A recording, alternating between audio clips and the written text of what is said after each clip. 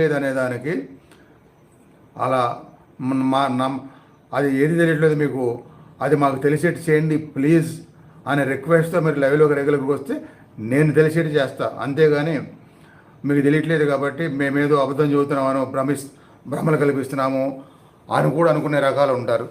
వాళ్ళని మనం ఏం చేయలేం.